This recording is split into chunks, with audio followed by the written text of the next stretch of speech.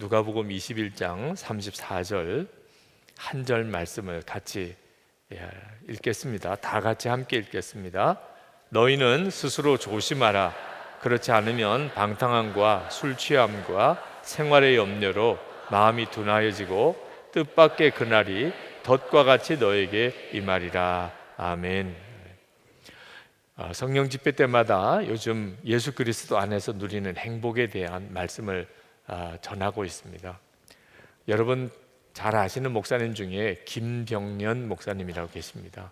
사모님이 갑자기 의식불명 상태에서 굉장히 오래도록 옆에서 간병하시면서도 아주 밝게 목회하시는 참 존경스러운 목사님이십니다. 근데 막내딸이 태어난 지 3일 만에 사모님이 그렇게 되셨어요. 그래서 아무것도 못 하시고 의식도 없이 그냥 꼼짝없이 집에 누워만 계신데, 그러니까 엄마 사랑도 못 받았고, 그죠? 엄마로부터 따뜻한 말 한마디도 듣지 못하고 지금 9살이 됐습니다. 근데 어느 날 이 9살 된 막내딸이 목사님에게 그러더래요. 아빠, 우리는 가난한데 왜 이렇게 행복한 거야? 그렇게 묻더래요. 그래서 이 9살이 뭘 알고 질문하나 싶어서 너 가난이 뭔지 아니? 그랬더니 돈 없는 거잖아. 너무 답이 명확하게 나오더래요. 그러면 행복이 뭐냐? 그랬더니 우리가 기뻐하는 거잖아. 참 감동이죠. 그래서 그 제목으로 책을 내셨어요. 아빠, 우린 가난한데 왜 이렇게 행복한 거지? 그런 제목의 책도 내셨습니다. 여러분, 정말 행복은 우리가 흔히 생각하는 어떤 소유가 많거나 또는 세상에서 성공한 것으로 인해 오는 게 아니고 예수 그리스도와의 관계에 의하여 임하는 것입니다. 어떤 분이 저에게 메일을 보내셨어요. 성령 집회 때마다 예수 그리스도 행복의 시작입니다. 당신은 행복하십니까?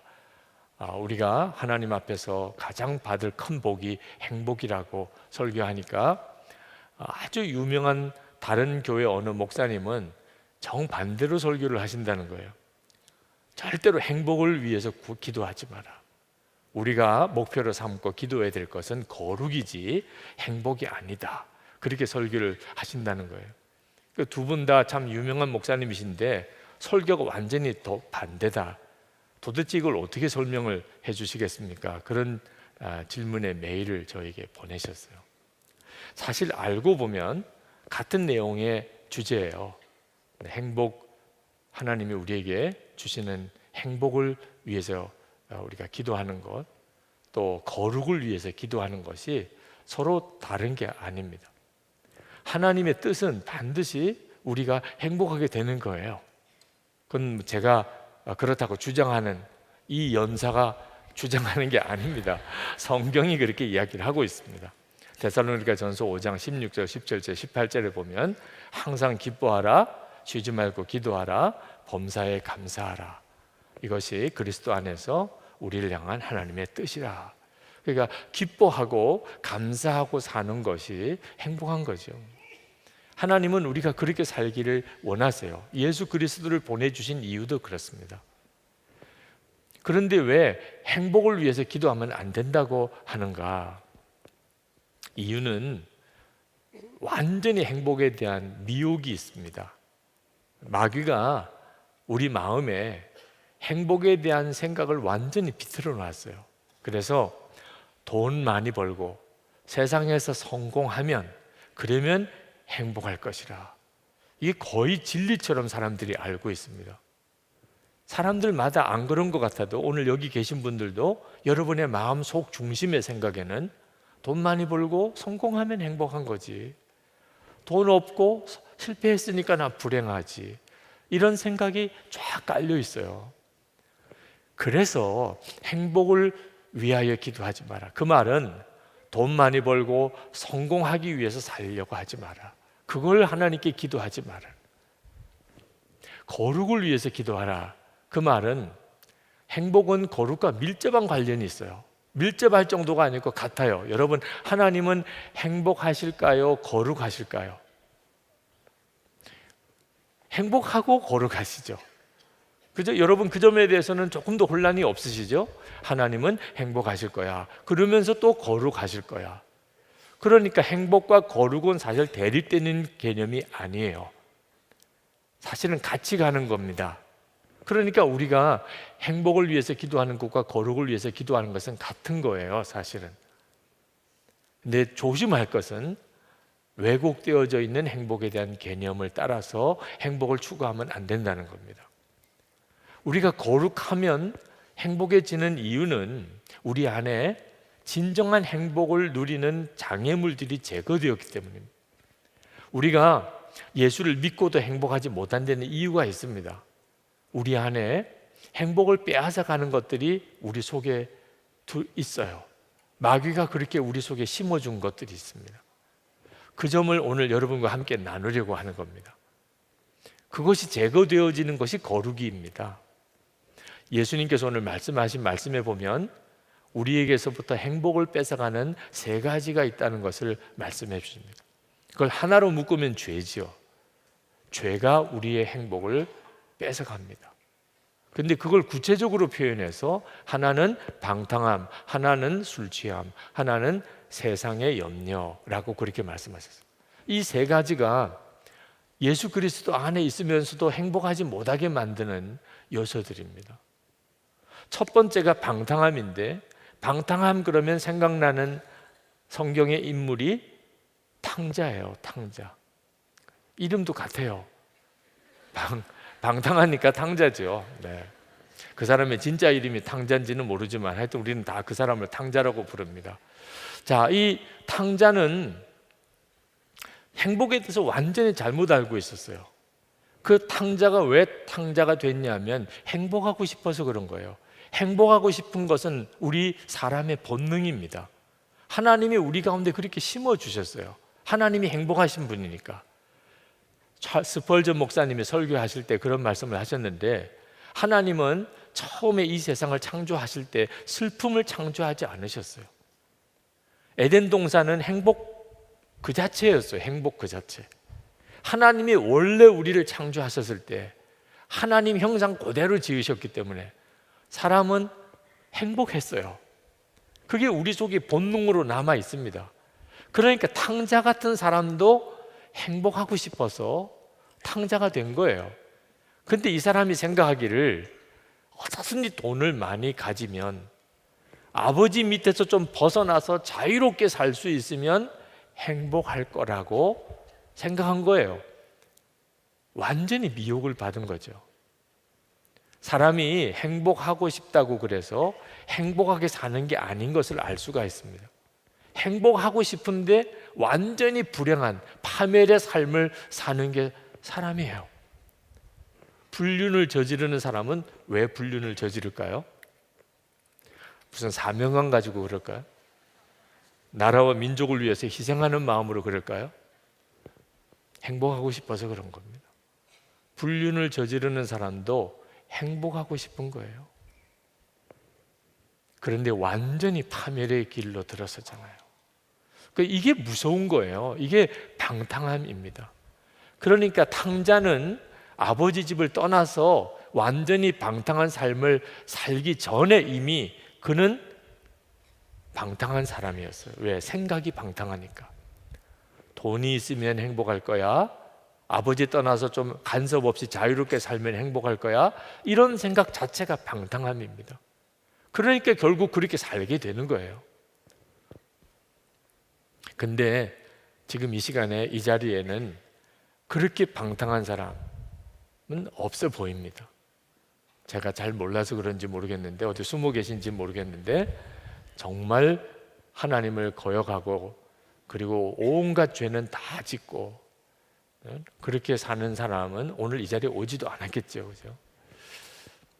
그런데 그렇게 우리가 드러나게 방탕하지는 않는다고 그래서 방탕한 것과 나는 상관이 없어 이렇게 생각하면 안 됩니다. 여러분 중에 나는 방탕한 거는 상관없습니다 이렇게 생각하시는 분이 실제로 있으실 거예요. 저도 그랬고요. 근데 영안이 열리고 난 다음에 보니까 내가 가장 방탕한 사람이더라고요. 어떤 분들은 제가 그렇게 고백하니까 목사님은 겸손하기까지 하다는, 절대로 겸손하다는 게 아니에요. 하나님이 그 눈을 열어주시니까 정말 비참할 정도로 비참한 사람이더라고요. 여러분, 그 탕자의 형이 있었습니다. 맏아들. 그 형은 아버지 집에서 아버지를 잘 모시고 그렇게 열심히 일하던, 누가 보아도 모범생, 그죠? 정말 칭찬 들을 만한 사람, 그런 사람이었어요. 그 큰아들을 누가 방탕하다고 말하겠어요? 근데 성경을 읽어보면 둘째 아들 탕자보다 큰아들이 나중에는 아버지 마음을 더 괴롭힙니다. 이 아버지는 하나님을 상징하지요. 그래서 가만히 보면 겉으로 보기에 경건하고, 겉으로 보기에 믿음이 좋고, 겉으로 보기에 하나님 말씀대로 산 사람이 하나님의 마음을 더 아프게 하는 영적인 탕자인 것을 보게 됩니다. 이 큰아들은 겉으로는 잘했어요. 누구나 칭찬할 만하게 모범생으로 잘 살았어요. 근데 아버지 마음은 전혀 받아들이지 않았습니다. 아버지 마음과 너무 달랐어요. 그는 열심히 겉으로 아버지 집에서 일하면서도 늘 아버지에게는 불만이었어요. 동생한테는 그렇게 확 재산도 다 주더니 나는 뭐야? 나는 뭘 준 게 뭐가 있어? 아버지 집에 있는 모든 게 다 자기 건데도 형은 그렇게 생각하고 있었어요. 그리고 동생은 정말 죽이고 싶도록 미웠어요.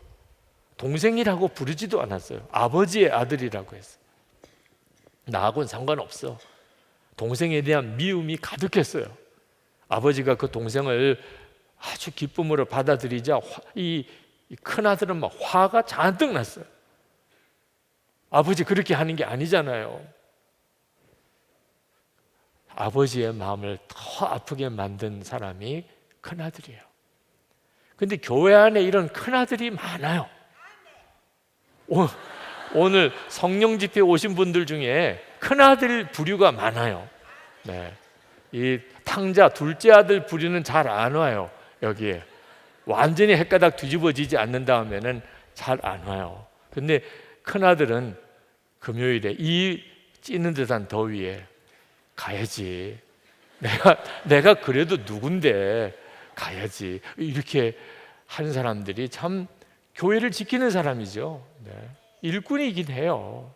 그런데 문제는 그 마음의 중심에 하나님과 마음이 하나가 되어 있는가?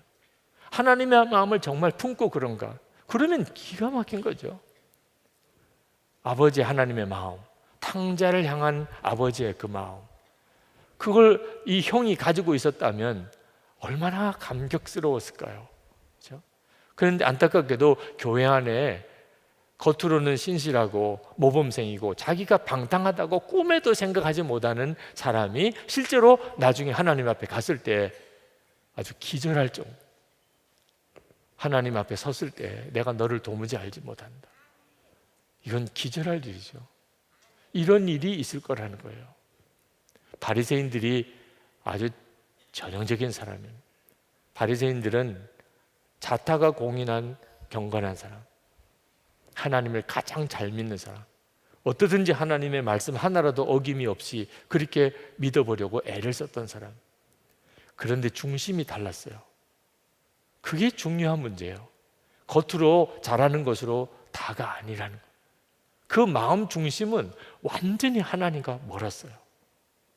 무엇보다도 먼저 그 마음 중심에 하나님 사랑하는 게 없었어요. 요한복음 5장 42절에 다만 하나님을 사랑하는 것이 너희 속에 없음을 알았노라. 예수님이 바리새인들을 보고, 예수님은 마음 중심을 보시는 주님이시죠. 그 속에, 바리새인들의 마음 속에 하나님을 사랑하는 게 없었어요. 하나님을 사랑하지 않으면서도 겉으로 얼마든지 잘할 수 있어요. 얼마든지 잘할 수 있어요. 체면 때문에. 내가 도대체 누군데? 그래도 욕 먹지는 말아야지. 이런 경우가 종교성이라고 하는 겁니다. 종교성. 종교적인 열심을 가진 사람, 지킬 거 엄청나게 잘 지켜요. 겉으로의 경건은 또 대단해요. 그런데 이런 종교성을 가진 사람의 특징은요, 항상 다른 사람에게 대해서 비판적이에요. 저 사람은 이게 모자라, 저 사람은 저게 안 돼. 그런 마음을 가지고 있는 겁니다. 계속 교만해요. 남보다 내가 더 인정받아야 되고, 내가 더 존경받아야 되고, 더 높아져야 되고, 완전히 주님의 마음과 상관없어요. 하나님께 영광을 돌리자고 겉으로는 말하지만 실제로는 끊임없이 나예요. 모든 영광 나예요. 자기 숭배예요. 자기에게 기분이 좋으면 다 좋아요. 자기에게 기분이 안 좋으면 다 싫어요. 바리새인들이에요. 정말 기가 막힌 말씀은 바리새인들이 돈을 좋아했다고 말씀하고 있습니다. 누가복음 16장 14절에 바리새인들은 돈을 좋아하는 자들이라. 이게 겉으로 경건하고 사람들로부터는 칭찬받는데 속으로는 좋아하는 건 돈이에요.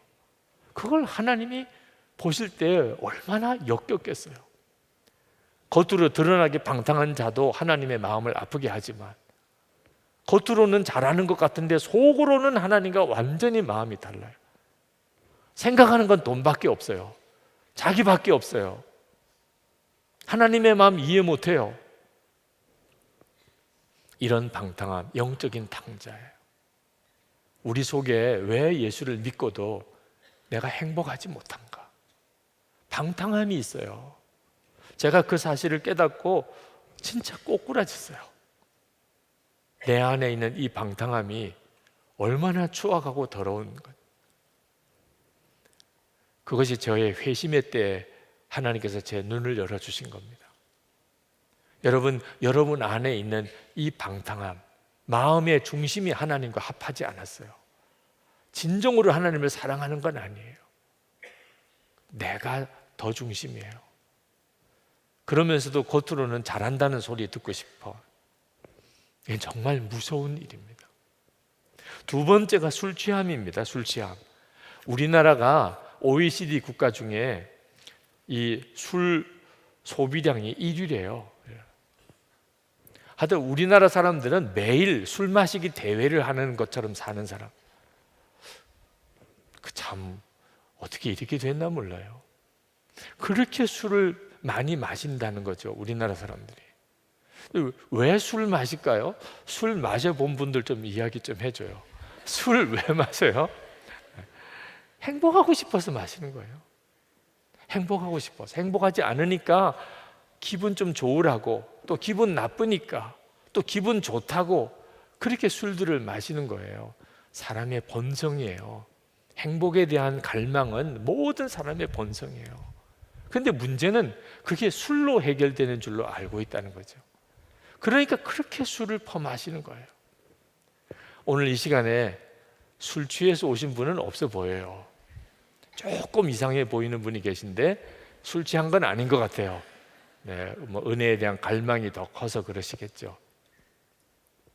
그러나 술 취하는 것은 꼭 무슨 소주나 맥주를 마셔야 술이 취하는 게 아닙니다. 술 마시는 것처럼 우리의 마음을 이렇게 세상 것에 취하게 만드는 것들이 다 술 취하는 것과 같아요. 사람이 이렇게 술에 의존해서 기쁨을 얻어보려고 해요. 이건 정말 바보 같은 일입니다. 그런데 똑같은 일들을 우리가 술 아닌 것에도 가지고 있어요. 돈 가지고 내가 마음의 만족을 얻어버려요. 실제로 돈은 우리에게 기쁨을 순간 주어요. 그렇죠? 어떤 사람은 도박에 빠진 사람도 있고, 어떤 사람은 쇼핑에 중독이 된 사람. 그렇게 피곤하다가도 쇼핑 그러면 확 이런 어디서부터 힘이 나는지 훨훨 날라요, 그죠? 네, 이런 분들도 있습니다. 네, 드라마의 중독에 빠진 사람. 하여튼 성경은 전혀 기억이 안 나도 드라마 줄거리는 전편 다 기억나요. 네. 여러 가지 형태로 인터넷의 중독도 있고, 우리가 참 묘하게 기쁨을 어디서 내가 얻고 있나, 자식을 기쁨의 대상으로 여기는 사람도 있습니다. 오늘 주께서 정말 성령께서 우리에게 깨우쳐 주셔야 될 일이에요. 기쁨에 내가 은근슬쩍 살아가는 기쁨, 그 예수 그리스도죠. 그런데 예수님이 내 기쁨이 아니고 겉으로는 이렇게 교회도 나오고 신앙생활 하는 것 같지만 실제로 내 마음을 진짜 기쁘게 하는 건 딴 데 있어요. 그래서 음란물에 중독되는 거죠. 술 취하는 것도 똑같아요. 그걸 한마디로 그냥 술 취했다고 말하는 거죠. 우리는 겉으로는 술을 안 마셔도 우리 속에 술 취함의 영이 있습니다. 기쁨을 주지 못하는 것에 기쁨을 구하고 있는 겁니다. 순간적으로는 기쁜 것 같아요. 근데 지나고 나면 더 비참해집니다. 그래서 그것을 메꾸려고 더 마시는 거예요. 그러다가 술 중독이 되는 거죠.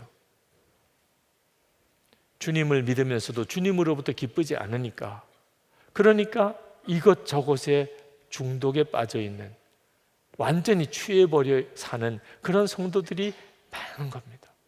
여러분, 이건 단호하게 끊어야 돼요. 여러분을 진짜 기쁘게 못 해주고 있는 완전히 가짜 행복을 쫓아가는, 이건 빨리 해결돼야 돼요. 이거 해결되지 않으면 예수 그리스도 안에서 행복하다는 게 이해가 안 됩니다. 믿어지지도 않고요. 여러분에게 그 단호함이 있기를 바랍니다. 오늘로 느헤미야 13장까지 다 보았습니다. 오늘 마지막 13장을 가지고 우리가 말씀 기도를 했는데, 이 예루살렘 성벽 낙성식입니다. 정말 기쁨이 충만한 그날 먼저 말씀부터 들었어요. 그런데 말씀을 듣다 보니까 모압과 암몬 후손들은 이스라엘의 총회에 참여할 수 없다, 그렇게 하나님이 분명하게 말씀하신 부분을 읽게 되었습니다. 그런데 그 자리에 모압과 암몬 후손들이 같이 있었어요. 몰랐으니까, 그동안에는 그런 말씀이 있는 줄 몰랐으니까 모압과 암몬 후손들과 그렇게 통혼하고 살았습니다. 그날 그 말씀을 듣는데 얼마나 충격을 받았겠어요. 그 모압과 암몬 사람들은 혼인관계에, 친인척 관계에 있는 사람들이, 사업상 동업자일 수도 있고 또는 이웃 친구일 수도 있는데 말씀이 떨어졌습니다. 근데 곧 그 자리에서 모압과 암몬 후손들을 다 내어쳤습니다. 그냥 읽을 때는 그렇게 읽어지지만 실제로는 얼마나 어려운 일이겠어요. 아니, 실제로 모압과 암몬 그 후손들끼리 서로 혼인 맺어가지고 결혼해서 아이도 낳고 이렇게 살고 있는데 어떻게 그걸 관계를 그날로 정리를 해요? 근데 그렇게 했어요. 정말 은혜의 역사가 강했기 때문에. 오늘도 그렇게 해야 합니다. 정리해야 될 거, 끊어야 될 거 있으면 단호하게 끊어야 돼요. 느헤미야가 다시 예루살렘에 돌아와 보니까 기가 막힌 일이 벌어졌습니다. 그 암몬 사람 도비아가 성전 아주 은밀한 곳간에 있는 방을 차지하고 있는 겁니다. 말도 안 되는 일을 벌이고 있었던 거예요. 그래서 느헤미야가 들어가서 그 도비아의 그 모든 세간살이들을 그냥 집어 던졌다고 이렇게 표현하고 있습니다. 그냥 이사시켰다 이렇게 안 하고, 옮겼다고 안 하고, 집어 던졌다는 거예요. 표현을 그렇게 썼어요. 그 표현이 단호함을 말하는 거예요. 느헤미야의 마음에 이건 말도 안 돼, 이건 제거해야 돼, 없이 해야 돼, 그런 경우죠. 완전히 집어 던져버렸어요. 그리고 또 하나, 이스라엘 백성들이 이방 사람과 서로 통혼해서 사는데 그 낳은 아이들이 히브리 말을 못해요. 이게 격분했습니다. 그래서 느헤미야가 가서 그 이방 사람과 통혼한 그 사람들 머리털을 뽑아버렸다. 성경에 그렇게 표현했어요. 가서 머리털을 그냥 다 뽑아버렸다. 오죽 느헤미야가 격분했으면 그랬겠나 싶기도 하고, 그 단호함이에요. 다시는 이런 일을 하지 마. 머리털이 뽑힌 사람은 얼마나 혼이 났을까요? 한 오락이 뽑아도 아픈데 그냥 머리털을 뭉텅이로 뽑아버렸으니. 그런데 그런 단호함이 오늘 있었음을 우리가 말씀을 읽고, 그리고 하나님 우리도 그렇게 하기를 기도했어요. 실제로 오늘도 어느 여성도님 한 분이 일어나서 공개 회개를 하셨어요. 주의를 여러 번 빠졌대요. 자기가 그걸 공개 회개했어요. 왜 빠졌냐? 그날 동물의 왕국을 예배 시간에 그래서 빠졌대요. 그걸 안 볼 수가 없어서. 그런데 이거 잘못됐구나, 그걸 깨닫고 많은 사람들 앞에서 그 이야기를 공개적으로 했어요. 사람들이 웃으면서도 은혜 받았습니다. 그건 단호한 결단인 거죠. 그죠? 혼자서 조용히 하나님 이제부터 고칠게요 이럴 수도 있는데, 내가 분명히 고칠 거야, 내가 다시는 그런 정도의 일로 내가 흔들림이 없을 거야, 사람들 앞에 그냥 고백해 버렸잖아요. 여러분에게도 그것이 필요해요. 어떻게 우리가 이 세상 살아가는 동안 은근슬쩍 은밀하게 술 취해서 즐기는 그런 것에서 내가 완전히 벗어날 수 있을까? 끊어버릴 건 끊어버려야 된다. 이것 때문에 내가 진짜 주님을 만나지 못하고 주님의 은혜 안에 들어가지 못하게 하는 것이라면 나는 이거 끊어버릴 거야. 단호함이 있어야 돼요. 여러분에게도 그렇게 되기를 바랍니다. 오늘 예수 동행일기에 쓰세요. 여러분이 끊어버릴 것에 대해서. 뭐 동행일기도 안 쓰고 나눈 방도 없는 분들은 저한테 메일을 보내주세요. 솔직한 고백을 제가 교회 게시판에 올려드리겠습니다. 사진하고 같이, 이왕이면 사진하고 같이 아주 명확하게, 하나님 저 이거 이제 정리하겠습니다. 하나님 저 이제 끊어버리겠습니다. 진짜가 아닌 것에 행복을 구하고 그동안에 속고 살았던 일, 하나님 제가 더 이상 그렇게 살고 싶지 않습니다. 여러분 안에 그 분명한 결단이 있게 되기를 축복합니다. 네. 세 번째가 생활의 염려입니다. 방탕함과 술 취함과 생활의 염려로 마음이 둔해졌다고. 마음이 둔해졌다는 말은 예수님을 믿고도 전혀 행복을 느끼지 못한다는 거죠. 근데 여러분 마음속에 이 생활의 염려 문제에 대해서 굉장히 작은 문제처럼 여기는 경향이 있을 겁니다. 방탕함, 술 취함, 와 그거는 정말 그건 심각한 문제지. 그건 정말 해결해야 돼. 그런데 생활의 염려는 아유 뭐 그 정도야. 어떻게 염려 안 하고 살 수 있어? 이렇게 생각하는 경향이 있다는 겁니다. 생활의 염려는 죄라고 여겨지지도 않는 거죠. 그래서 더 무서운 거예요.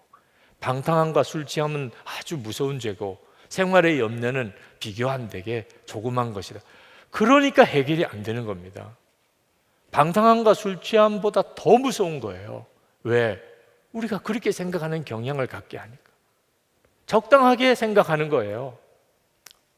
그러니까 해결이 안 되는 거죠. 염려가 끊어지지 않는 겁니다. 염려가 그렇게 큰 죄일까요? 그렇습니다. 어째서 그렇지요? 내가 먹고 입고 사는 거 염려하고 살면, 그러면 하나님의 나라를 위해서 아무것도 할 수 있는 힘이 없어집니다. 일생을 살았습니다. 한평생을 살았어요. 하나님 앞에 갔어요. 그런데 하나님의 나라를 위해서는 아무것도 한 게 없어요. 그러면 일평생 뭐하고 살았어요? 염려하다가 왔죠. 염려. 여러분 언제가 염려가 끝나요? 죽을 때까지 염려해요. 마귀가 이렇게 무서워요. 마귀가 우리로 하여금 하나님의 나라를 위해서는 아무것도 하는 일이 없게 만들 수 있는 아주 간단한 방법이 염려하게 만드는 겁니다. 그래서 그 염려가 무서운 거예요. 하나님으로부터 온 게 아니에요. 하나님께서 그토록 염려하지 말라, 염려하지 말라. 여호수아 1장 9절에 마음을 강하게 하고 담대히 하라, 두려워 말며 놀라지 말라. 마태복음 6장 31절 염려하여 이르기를 무엇을 먹을까, 무엇을 마실까, 무엇을 입을까 하지 마라. 빌립보서 4장 6절 아무것도 염려하지 말고. 아니 염려가 뭘 그렇게 큰 죄길래 그렇게 염려하지 말라는 말씀을 하시나. 실제로 여러분 자신이 여러분 자신의 삶을 한번 돌아보세요. 염려거리가 항상 많잖아요. 그죠? 그러다 보니까 결론이 뭡니까? 하나님을 위해서는 일할 시간이 없어요. 여력이 없어요. 이제 정신을 번쩍 차려야 됩니다. 그래서 여러분에게 염려가 들어오는 것을 분별해야 돼요. 아, 내가 지금 내 마음속에 염려가 있구나. 전에는 무심히 생각을 안 하니까 염려하면서 그냥 살았죠. 근데 이제는 염려가 있구나. 그것을 여러분 스스로가 진단해야 합니다. 그걸 알아야 해결할 수 있어요. 내가 지금 염려가 있구나. 내 속에 염려가 들어왔구나. 저는 한번 돌아봤어요. 제 안에 이제는 염려가 없나. 먹고 입고 사는 것에 대한 염려 없어졌어요. 선한 목적교회에 와서 목회하다가 이제는 어지간한 빚은 빚도 아니더라고요. 네, 아주 간이 부었어요. 이제는 정말 뭐 돈 걱정은 뭐 안 돼요. 뭐 몇 억 그런 거는 뭐 이제는 저에게는 몇만 원 정도 이런 수준밖에 안 느껴지더라고요. 어려움은 주는 유익이 있어요. 믿음을 크게 하는 거죠. 그런데 그런 저에게도 염려가 있어요. 설교 준비에 대한 염려가 있더라고요. 내일은 또 무슨 컬럼을 쓰나 그런 염려가 있어요. 예수 동행 일기는 꼭 쓰고 자야 되는데 그런 염려가 있습니다. 전 기가 막히더라고.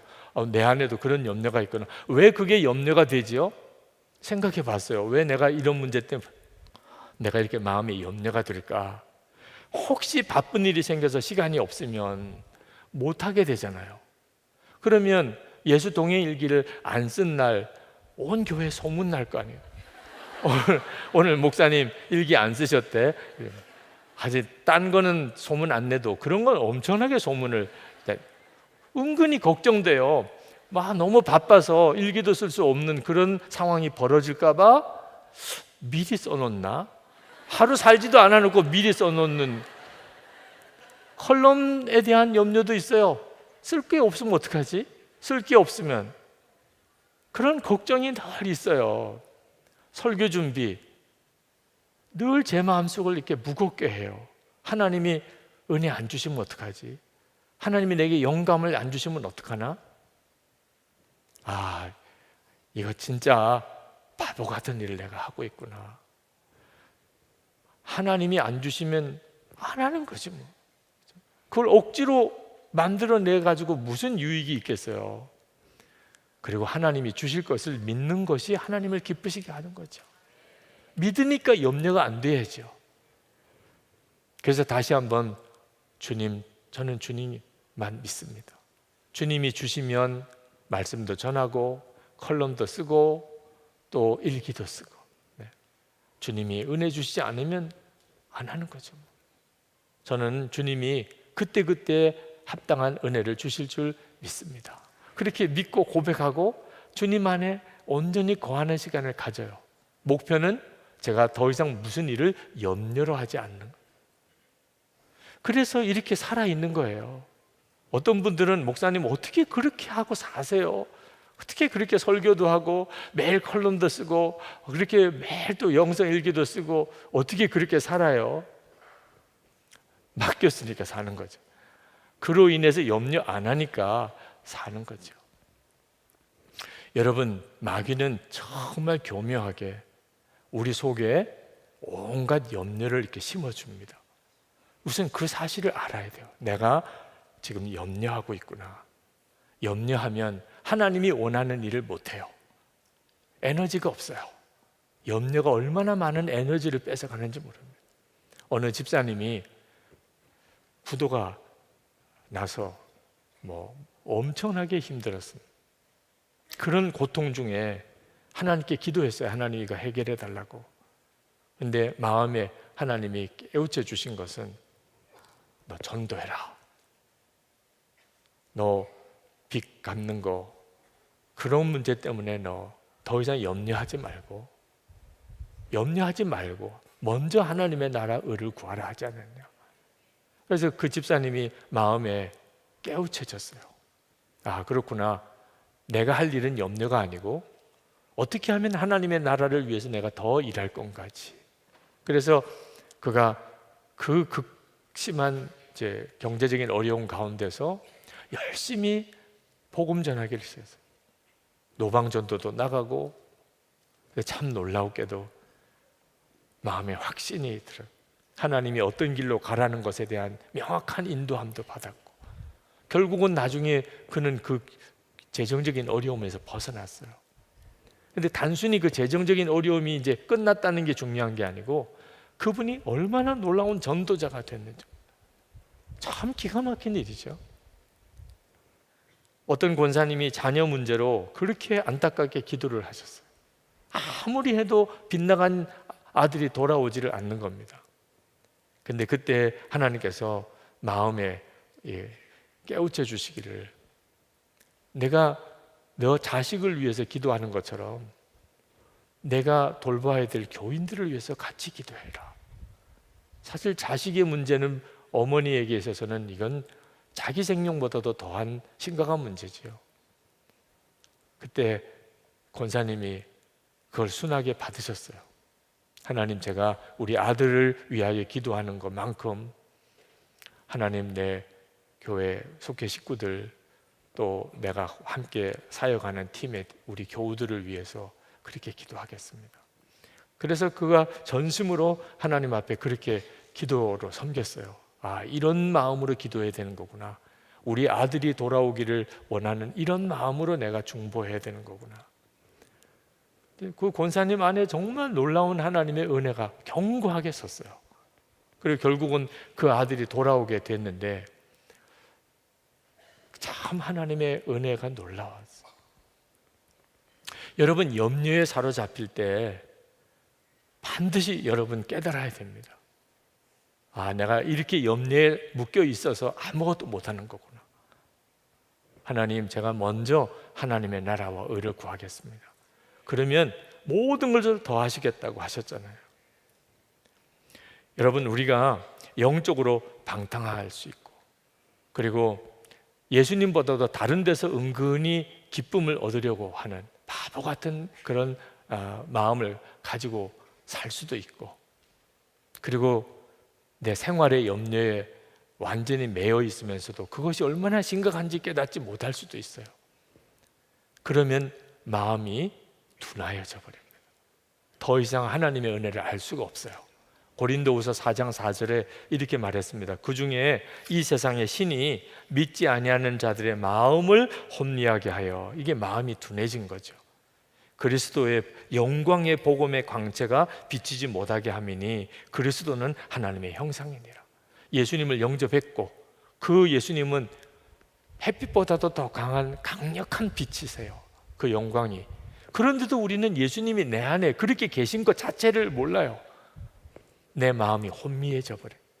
눈 가리고 나면 이 환한 조명 아무 소용이 없잖아요. 마귀가 꼭 그렇게 하는 거예요. 여러분의 마음이 어떻게 둔하여지는가? 영적인 방탕함이, 영적인 탕자예요. 은근슬쩍 세상 재미에 빠져 있는 이 술 취함이에요. 그리고 생활의 염려입니다. 여러분, 오늘 하나님이 제 마음에, 여러분 안에 오늘 이것이 완전히 해결되기를, 그냥 설교 듣고 말씀 왜 깨우쳤어 이런 정도로 끝나고 가지 않고, 실제로 여러분 안에 방탕함과 술 취함과 생활의 염려가 완전히 여러분 속에서 떠나가게 되기를 간절히 바라는 마음입니다. 오늘 정말 그렇게 기도해야 돼요. 여러분에게 영상 하나를 보여드리겠는데, 카터 콜론 목사님의 설교예요. 이분이 뉴욕에서 목회하시는데 9.11 테러가 일어났을 때, 그때 건물이 그냥 무너지면서 엄청난 이제 피해가 그 맨하튼에 덮쳤을 때, 그때의 소방관들, 뉴욕 소방관들이 자기도 지금 그 건물 더미에 그냥 휩쓸려 갈 그런 지경에 있으면서도 빌딩마다 사람들에게 외치고 빨리 도망하시오, 빨리 도망하시오, 그렇게 외쳤던 그 소방관들을 보고 영감을 얻었어요. 그러면서 성도들에게 빨리 도망하십시오. 그런 설교를 그 주일에 했습니다. 그 부분을 잠깐 한번 들어보시겠습니다.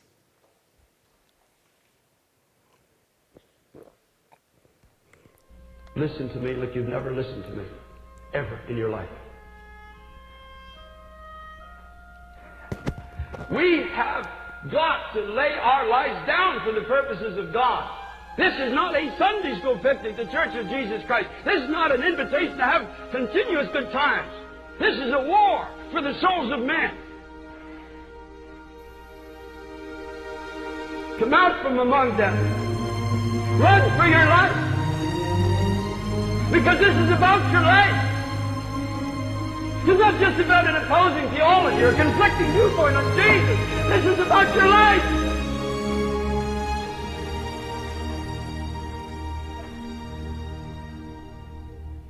My mind is forever branded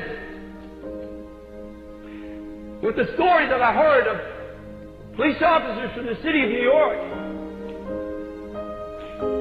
As people were fleeing from a crumbling building, there were police officers and firemen and others that were running towards the building, saying, "Run for your life," at their own peril. And in some cases, I believe they knew they were going to die, but there was a sense of duty. I was crying out to God, I said, "God, oh Jesus, don't let my sense of duty be less for your kingdom than these beloved firemen and policemen were for those that are perishing in the falling tower." We're living in a generation when truth is falling into the streets. I want to be among those that are not running away from the conflict, but running into the conflict and saying, "Run for your life."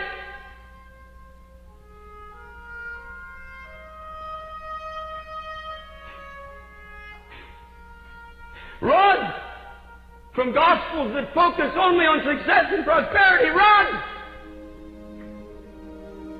Run from those who use the name of Christ only for personal gain. Run from those that are picking your pocket in the name of Jesus. Run! Run from gospels that only focus on self-improvement. Run!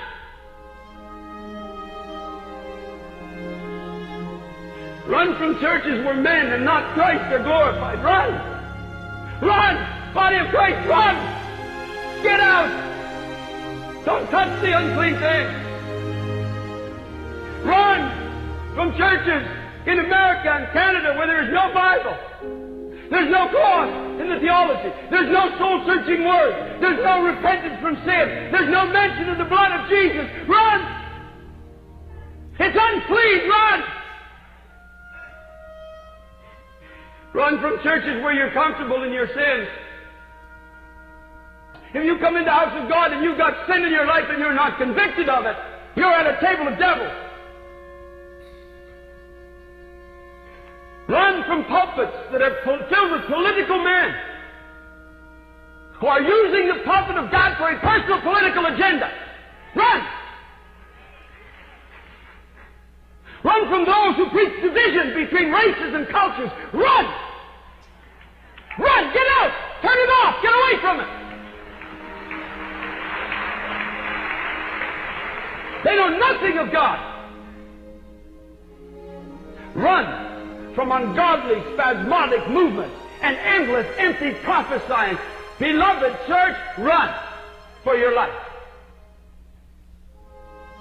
Run from preachers that stand and tell stories and jokes. Run like you've never run before. Run! Run! Run!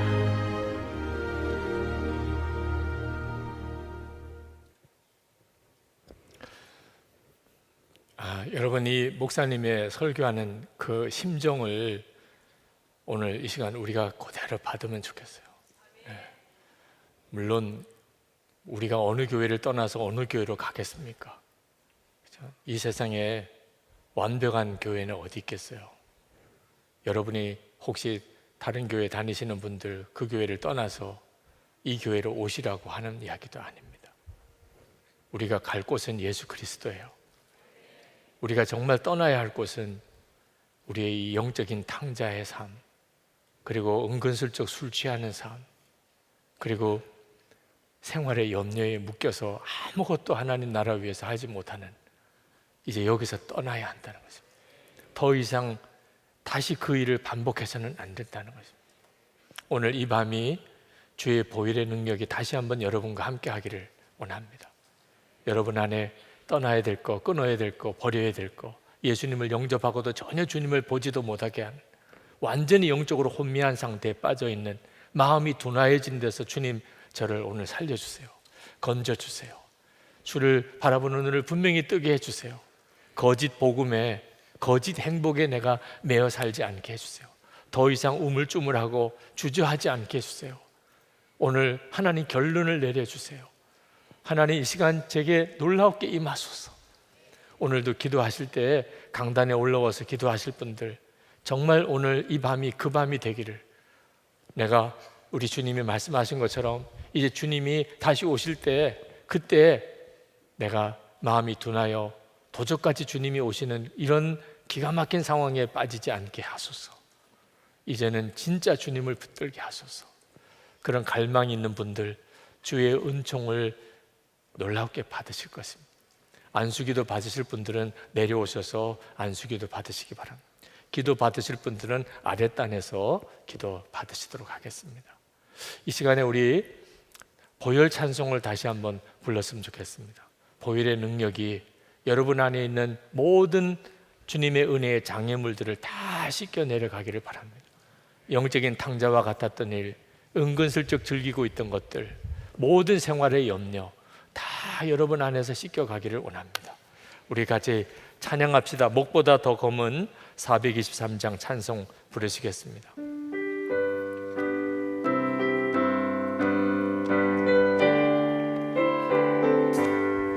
목보다도 더 검은 죄로 물든 음마의 필름보다 더 이게 깨끗하게 씻겼네. 주의 보혈 흐르는데 믿고 뛰어나가. 주의 은혜 내가 입어 깨끗하게 되었네. 모든 의심 걱정과 두려움이 사라져 슬픈 탄식 변하여 기쁜 찬송 되었네. 주의 보혈 흐르는데 믿고 뛰어나가. 주의 은혜 내가 입어 깨끗하게 되었네. 세상 부귀 영화와 즐겨하던 모든 것 주를 믿는 내게는 은토만도 못하다. 주의 보혈 흐르는데 믿고 뛰어나가. 주의 은혜 내가 입어 깨끗하게 되었네. 나의 모든 보배는 저 천국에 쌓였네. 나의 평생 자랑은 주의 십자가로다. 주의 보혈 흐르는데 믿고 뛰어나가. 주의 은혜 내가 입어 깨끗하게 되었네. 주의 보혈 흐르는데 믿고 뛰어나가. 주의 은혜 내가 입어 깨끗하게 되었네. 하나님, 제가 영적인 탕자에서 주님께, 주님의 품으로 달려가겠습니다. 하나님, 이제는 완전히 하나님 내 마음의 중심에 하나님을 떠나 있었던, 하나님의 마음을 전혀 알지도 못했던, 외적인 경건에만 만족하고 있었던 바리새인과 같은 내 믿음이 오늘 여기서 완전히 해결되기를 원합니다. 주를 바라보는 눈이 분명히 뜨이고 주의 마음을 품고 살기를 원합니다. 우리 주여 부르짖고 기도하겠습니다. 주여 할렐루야. 하나님의 그거 놀라운 은혜를 구하여서 아버지 하나님 사모하며 하나님 깔끔한 우리의 마음의 심령이 하나님의 놀라운 은혜를 함께하여 주셔서 그 은혜로 도와신 하나님, 역사하신 하나님, 주관하신 하나님, 들으신 하나님, 오늘도 하나님 저 앞에 나와 하나님 기도한 하나님의 마음을 치고 하나님 회개케 하시는 하나님 성도들을 하나님 건져 주셔서 하나님께서 사랑하셔서 깨우쳐 주시고 하나님 자복하게 하시고 회개하게 하시고 주님 앞에 나아가게 하시니 하나님의 역사를 하나님 이루셔서 하나님 오늘 하나님의 은혜 가운데 하나님 우리 속에 있는 모든 방탕한 것이 다 끊어지게 되기 원합니다. 하나님 우리의 육신으로 방탕하게 살았던 일, 하나님과 영적으로 탕자같이 살았던 일 하나님 다 하나님 용서해 주시기 원함. 이제는 완전히 벗어나기 원함. 온전히 새로워지게 되기 원함. 하나님 역사해 주소서. 주여 받아주셔서 주님 함께 하소서. 이 시간에 은밀한 기쁨을 얻었던 모든 죄에서 오늘 벗어나는 시간이 되기를 원합니다. 우리 주님 외에 내가 기쁨을 얻으려고 했던 어리석음을 이 시간에 주님 앞에 다 고백합니다. 하나님 다 끊어버리기를 원합니다. 성령의 역사로 함께 해주셔서 우리에게 단호하게 하나님 모든 것들을 정리할 결단을 주셔서 우리 주여 부르짖고 기도하겠습니다. 주여 할렐루야. 하나님 술 취한 자로 살지 않게 되기를 원한 하나님의 놀라운 은혜가 우리 가운데 함께 하셔서 하나님의 역사가 우리 가운데 임하여 아버지 하나님 우리가 이제는 하나님 정신 차리고 돌아오게 해주소서. 하나님 우리 속에 은근히 감추어지고 있던 모든 더러운 죄들 하나님 부끄러운 일들 하나님 이 시간에 주의 십자가에 온전히 못 박기를 원함. 성령의 역사로 함께 하소서. 주를 바라보는 눈을 열어주셔서 우리가 하나님 벗어날 것에서 벗어나게 하소서. 떠날 것에서 떠나가게 하소서. 하나님 우리의 은밀한 모든 죄에서 우리를 건져주소서. 하나님 주의 은혜에 더 깊이 들어가게 하소서. 하나님 은혜의 주님을 분명히 만나게 하소서. 하나님 그 은혜의 눈이 열리게 하소서. 주님 주여 주여 역사해 주소서. 주여 함께 하소서. 하나님 붙들어 주소서. 크신 하나님 은혜로 함께하여 주시기를 원함. 하나님 붙들어 주소서. 주님 찬양합니다. 하나님 찬양합니다. 하나님 찬양합니다. 하나님 찬양합니다. 하나님 찬양합니다. 하나님 찬양합니다. 하나님 찬양합니다. 부어주시고 역사해 주소서. 하나님 찬양합니다. 나의 주님 나의 주님. 우리 마지막 기도는 다 일어나서 드리겠습니다. 하나님 더 이상 우리가 생활의 염려에 묶여 살지 않겠습니다. 성실하게 살고 열심히 살지만 더 이상 염려함으로 하지 않겠습니다. 하나님 진정으로 주님 앞에 회개합니다. 염려함으로 주의 일 하지 못했던 거 회개합니다. 이제는 항상 깨어 기도하게 하소서. 하나님의 나라를 분명히 바라보게 하소서. 주님을 주목하게 하소서. 오직 주님을 찬양함으로 나가게 하소서. 우리 주여 세 번 부르짖고 기도하겠습니다. 주여 주여 주여 할렐루야. 하나님 그거 놀라우신 하나님의 은혜를 감사합니다. 하나님의 놀라우신 은혜와 사랑 찬양합니다. 오늘도 하나님 주의 사랑하는 성도들 하나님 믿음과 은혜와 능력으로 더욱 사로잡아 주시기를 원함. 주님의 은혜 안에 더욱 잡아주시기 원함. 성령의 놀라운 능력으로 함께하여 주시기 원함. 하나님의 살아계심을 분명히 보여주시기 원함. 하나님의 역사를 분명히 증거하고 하나님의 놀라우신 의지를 분명히 증거하고 살기를 원합니다. 나의 주 나의 하나님, 을과 은혜를 도하신 하나님.